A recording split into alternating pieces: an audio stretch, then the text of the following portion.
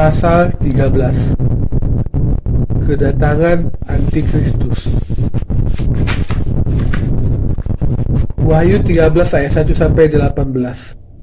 Lalu aku melihat seekor binatang keluar dari dalam laut, bertanduk 10 dan berkepala 7.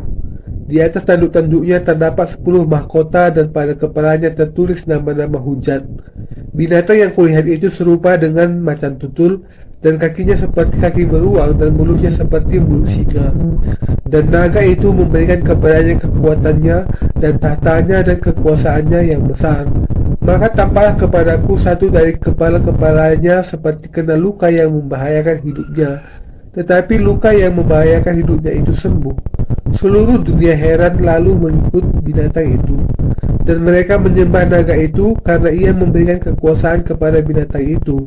Dan mereka menyembah binatang itu sambil berkata, "Siapa yang sama seperti binatang ini? Dan siapakah yang dapat berperang melawan dia?" Dan kepada binatang itu diberikan mulut yang penuh kesombongan dan hujat. Kepadanya diberikan juga kuasa untuk melakukan 42 bulan lamanya. Lalu ia membuka mulutnya dan menghujat Allah, menghujat namanya dan kemah kediamannya dan semua mereka yang diam di sorga. Dan ia diperkenankan untuk berperang melawan orang-orang kudus dan untuk mengalahkan mereka. Kepadanya diberikan kuasa atas setiap suku dan umat dan bahasa dan bangsa. Dan semua orang yang diam di atas bumi akan menyembahnya, yaitu setiap orang yang namanya tidak tertulis sejak dunia dijadikan di dalam kitab kehidupan dari anak domba yang telah disembelih. Barang siapa bertelinga, hendaklah ia mendengar. Barang siapa ditentukan untuk ditawan, ia akan ditawan. Barang siapa ditentukan untuk dibunuh dengan pedang, ia harus dibunuh dengan pedang. Dan aku melihat seekor binatang lain keluar dari dalam bumi dan bertanduk 2 sama seperti anak domba, dan dia berbicara seperti seekor naga. Dan seluruh kuasa binatang yang pertama itu dijalankannya di depan matanya. Ia menyebabkan seluruh bumi dan semua penghuninya menyembah binatang pertama yang luka parahnya telah sembuh.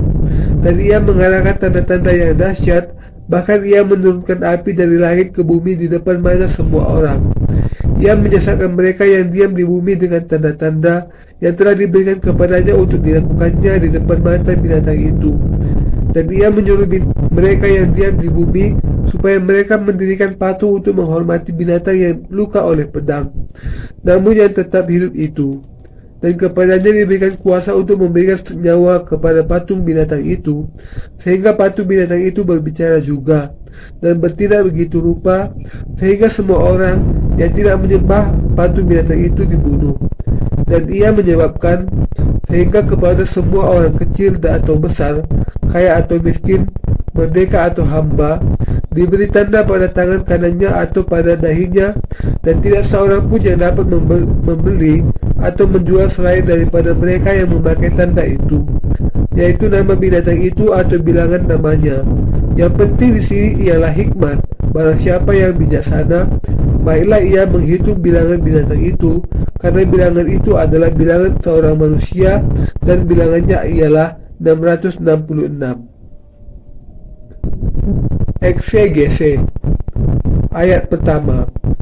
Lalu aku melihat seekor binatang keluar dari dalam laut, bertanduk 10 dan berkepala 7. Di atas tanduk-tanduknya terdapat 10 mahkota, dan pada kepalanya tertulis nama-nama hujat. Rasul Yohanes melihat seekor binatang keluar dari dalam laut. Melalui binatang yang dilihat Yohanes, Allah menunjukkan apa yang akan dilakukan Antikristus ketika ia datang di dunia ini. Allah menunjukkan kepada Yohanes binatang dengan 7 kepala dan 7 tanduk, bukan untuk menunjukkan bahwa akan ada binatang dengan bentuk yang demikian akan sungguh-sungguh muncul dan bergerak di dunia ini, tetapi untuk menjelaskan bahwa seorang dengan kedaulatan dan kuasa binatang ini akan muncul, menganiaya orang-orang kudus dan menjadikan mereka sebagai martir. Apakah kemudian ini berarti bahwa semua yang muncul di dalam kitab Wahyu hanya lebang saja? Sama sekali tidak. Demi menyatakan akan muncul dan bekerjanya Antikristus di akhir zaman, Allah tidak bisa menjelaskan dengan cara lain kecuali dengan penglihatan yang demikian. Ini adalah hikmat dan kuasa yang hanya bisa dilakukan Allah. Melalui firman Wahyu 13, kita harus bisa melihat gambaran yang hidup tentang akhir zaman. Yang dilihat Yohanes pertama-tama adalah bentuk binatang yang keluar dari laut. Ketujuh kepala dan 10 tanduk binatang ini di sini menunjuk kepada kuasa Antikristus untuk datang ke dunia ini. Kalimat di atas tanduk-tanduknya terdapat 10 mahkota dan pada kepalanya tertulis nama-nama hujat. Berarti bahwa Antikristus akan mengumpulkan bangsa-bangsa di dunia dan akan melawan Allah. Hal itu juga menjelaskan bahwa ia akan berkuasa atas semua raja di dunia. 10 mahkota di sini menunjuk kepada kemenangan mereka, dan nama-nama hujat di atas kepala binatang itu menunjuk kepada kesombongan mereka.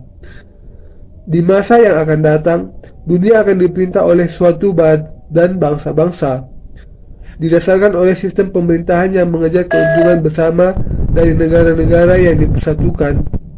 Kuasa gabungan superpower ini, suatu lembaga supranasional yang sangat besar, akan mengembangkan kedaulatannya dan menguasai seluruh negara di dunia, dan pada akhirnya akan melakukan pekerjaan Antikristus ketika akhirnya ia menyatakan kemunculannya di dunia ini. Ia adalah musuh Allah yang bekerja dengan mengenakan kuasa iblis dan hamba dari si jahat.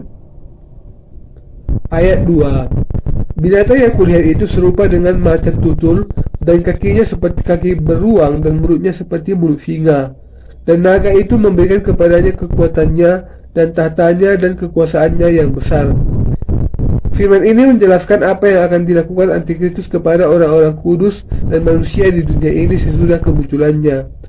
Antikristus yang akan datang akan melakukan kekejaman yang sangat kepada orang-orang kudus, karena ia akan menerima dari iblis kedaulatan dan kuasa untuk melakukannya. Ini menunjukkan kepada kita betapa ganasnya Antikristus akan mengancam orang-orang kudus ketika ia menyatakan kemunculannya, yang menandakan penderitaan yang bagaimana yang akan diderita oleh orang-orang kudus dari Antikristus dengan kematian mereka. Firman ini menunjukkan betapa jahatnya Antikristus itu. Kata kakinya seperti kaki beruang menunjukkan betapa menghancurkannya kuasa yang dimilikinya. Naga di sini sebenarnya adalah malaikat yang diciptakan oleh Allah yang sudah memberontak berusaha merebut tahtanya. Binatang yang muncul di dalam pasal ini menunjuk kepada dia yang menerima kedaulatan dari naga itu dan yang melakukan pekerjaan melawan Allah dan orang-orang kudusnya. Iblis, malaikat yang diusir dari surga, akan memberikan kuasa dan kedaulatannya kepada dia yang akan melawan Allah dan memimpin dia kepada kematiannya dengan membuat dia berperang melawan Allah dan orang-orang kudusnya. Antikristus yang mengenakan kuasa iblis akan dengan ganas menindas orang umat Allah dan semua manusia di masa yang akan datang. Ayat 3.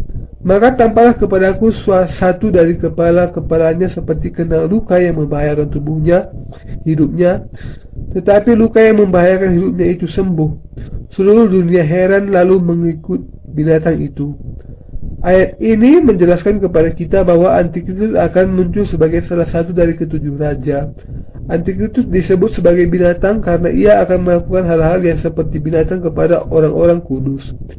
Di sini, musuh Allah dan orang-orang kudus itu akan muncul sebagai seseorang yang bisa menyelesaikan masalah kematian di akhir zaman.